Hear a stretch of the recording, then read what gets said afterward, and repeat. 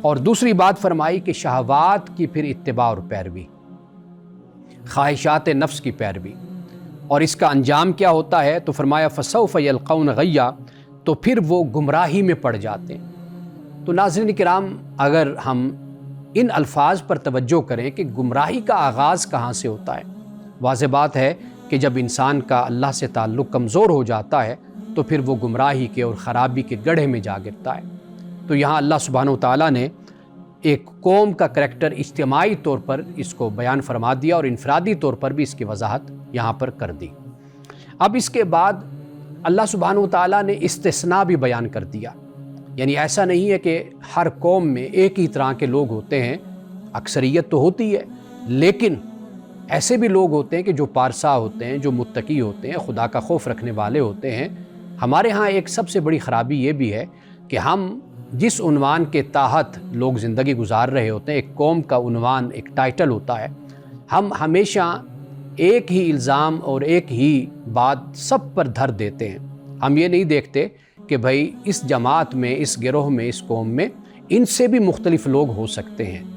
یعنی جیسے کسی گروہ میں اگر یہ بات مشہور ہوتی ہے کہ بھئی یہ کرپٹ ہے یا بددیانت ہے، تو ضروری نہیں ہوتا کہ اس قوم کا اور اس گروہ کا ہر کردار ہی کرپٹ اور بدعنوان ہو۔ اس لیے جب شخصی طور پر متعین کر کے کسی شخص کی بات کی جائے گی تو پھر اس پر شواہد کی اور دلائل کی اور ثبوت کی ضرورت ہوتی ہے۔ اب اللہ سبحانہ وتعالیٰ نے جو استثناء فرمایا، وہ استثناء یہ ہے کہ فرمایا کہ الا من تابا، مگر وہ جس نے توبہ کی، وآمن، ایمان لایا، وعمل صالحا، اور اچھے کام کیے۔ یعنی بری قوموں میں بھی اچھے لوگ موجود ہوتے ہیں، توبہ کرتے ہیں، ایمان لاتے ہیں اور اچھے کام کرتے ہیں۔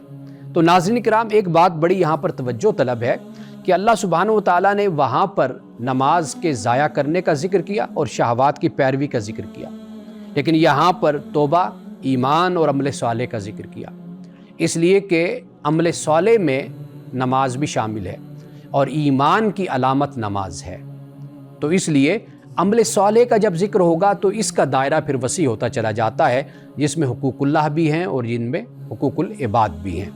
اب اس کے بعد ان لوگوں کے لیے جو اللہ سبحانہ وتعالیٰ نے اجر بیان کیا، توبہ کرنے والے، ایمان لانے والے، اچھے کام کرنے والے، ان کا اجر اللہ پاک فرماتا ہے کہ یہ ہے کہ فَأُولَٰئِكَ يَدْخُلُونَ الْجَنَّةَ وَلَا يُظْلَمُونَ شَيْئًا، فرمایا کہ یہ وہ لوگ ہیں کہ جو جنت میں داخل ہوں گے اور ان کے ساتھ ذرہ بھر بھی ان کے ساتھ زیادتی نہیں کی جائے گی۔ اب اس کے بعد فرمایا کہ اب جس جنت میں داخل کیا جائے گا وہ جنت کیسی ہوگی، تو اس کا نقشہ آپ کھینچا، فرمایا کہ جنات عدن، وہ ہمیشہ کی جنت ہوگی۔ ایسے نہیں ہے کہ یہ ان کو جن جنتوں میں بھیجا جائے گا وہ عارضی طور پر ہوں گی، پھر وہ فنا ہو جائیں گی اور یہ دوبارہ پھر اسی قسمہ پرسی کی حالت میں اور اسی زندگی میں آ جائیں گے۔ نہیں، یہ ایسی جنتیں ہوں گی جو ہمیشہ رہنے والی ہوں گی۔ وعد الرحمن عبادہ، یہ وہ ہمیشہ کی جنتیں ہیں کہ جن کا وعدہ اللہ نے، رحمان نے اپنے بندوں سے کیا ہے، بالغیبی، عالم غیب میں، در پردہ اللہ کا یہ وعدہ ہے۔ اور یہ بھی ایمان بالغیب میں شامل ہے، اللہ کی ذات یہ بھی ایمان بالغیب، اور اسی طرح اللہ کے جو وعدے ہیں وہ بھی ایمان بالغیب ہیں۔ تو اللہ سے تعلق رکھنے والا، اللہ پر ایمان رکھنے والا، وہ اللہ کے ہر وعدے پر یقین رکھتا ہے کہ میرے رب نے جو کہا وہ سچ کہا ہے۔ اب اس کے بعد فرمایا کہ انہو کانا وعدہ ماتیہ، اور یہ وعدہ پورا ہو کر رہنا ہے، یعنی اس کے بارے میں کوئی شک، کوئی شبہ ذہن میں نہیں رکھنا چاہیے۔ اللہ سبحانہ وتعالیٰ جو فرماتا ہے وہ اپنے وعدے کو پورا کرتا ہے۔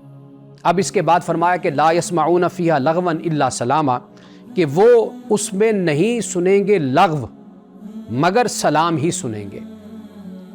ناظرین کرام، یہ لغو اور پھر سلام، یعنی لغو تو وہ بات ہوتی ہے نا جو انسان کو پسند نہیں آتی۔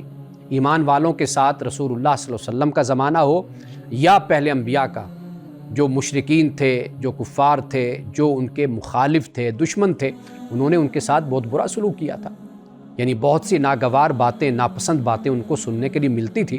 لیکن جنت میں یہ معاملہ ان کے ساتھ نہیں ہوگا، وہاں پر بالکل سلامتی والا معاملہ ہوگا۔ یہاں سے ہم انشاءاللہ تعالی کل اپنی گفتگو کا آغاز کریں گے۔ ناظرین کرام، یہاں وقت ہوا چاہتا ہے ایک بریک کا، ہمارے ساتھ رہیے.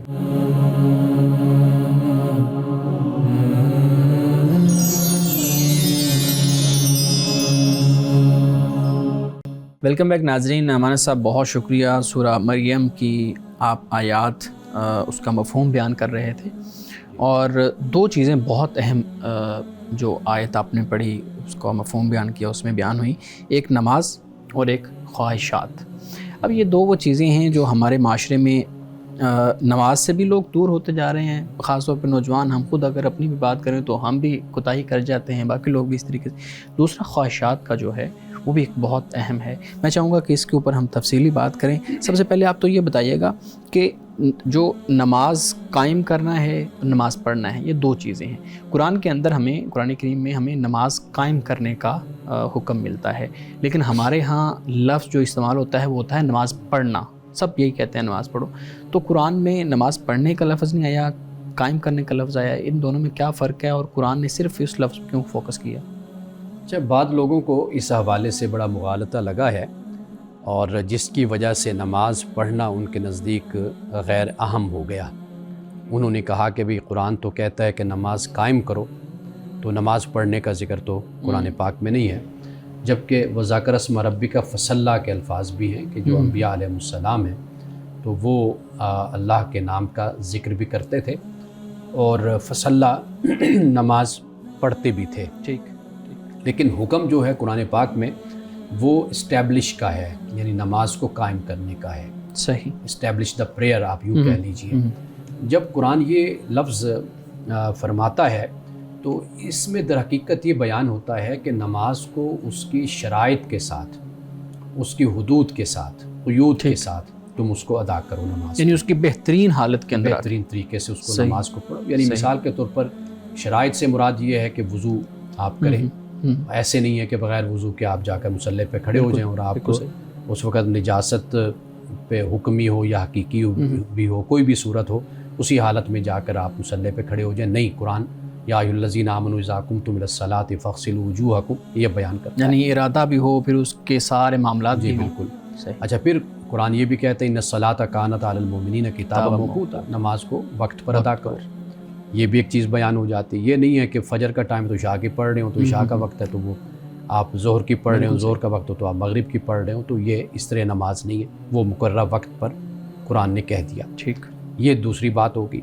تیسری بات یہ کہ قرآن پاک کہتا ہے ان الصلاۃ تنہی عن الفحشاء والمنکر، نماز بے حیائی اور برے کاموں سے روکتی ہے. اب ایک شخص نماز پڑھ رہا ہے، وہ صرف پڑھ رہا ہے. نماز قائم اس کی تب ہوگی کہ جب وہ اپنے اوپر فحش اور منکرات سے اپنے آپ کو روک کر اور بچا کر اپنے آپ کو رکھے گا.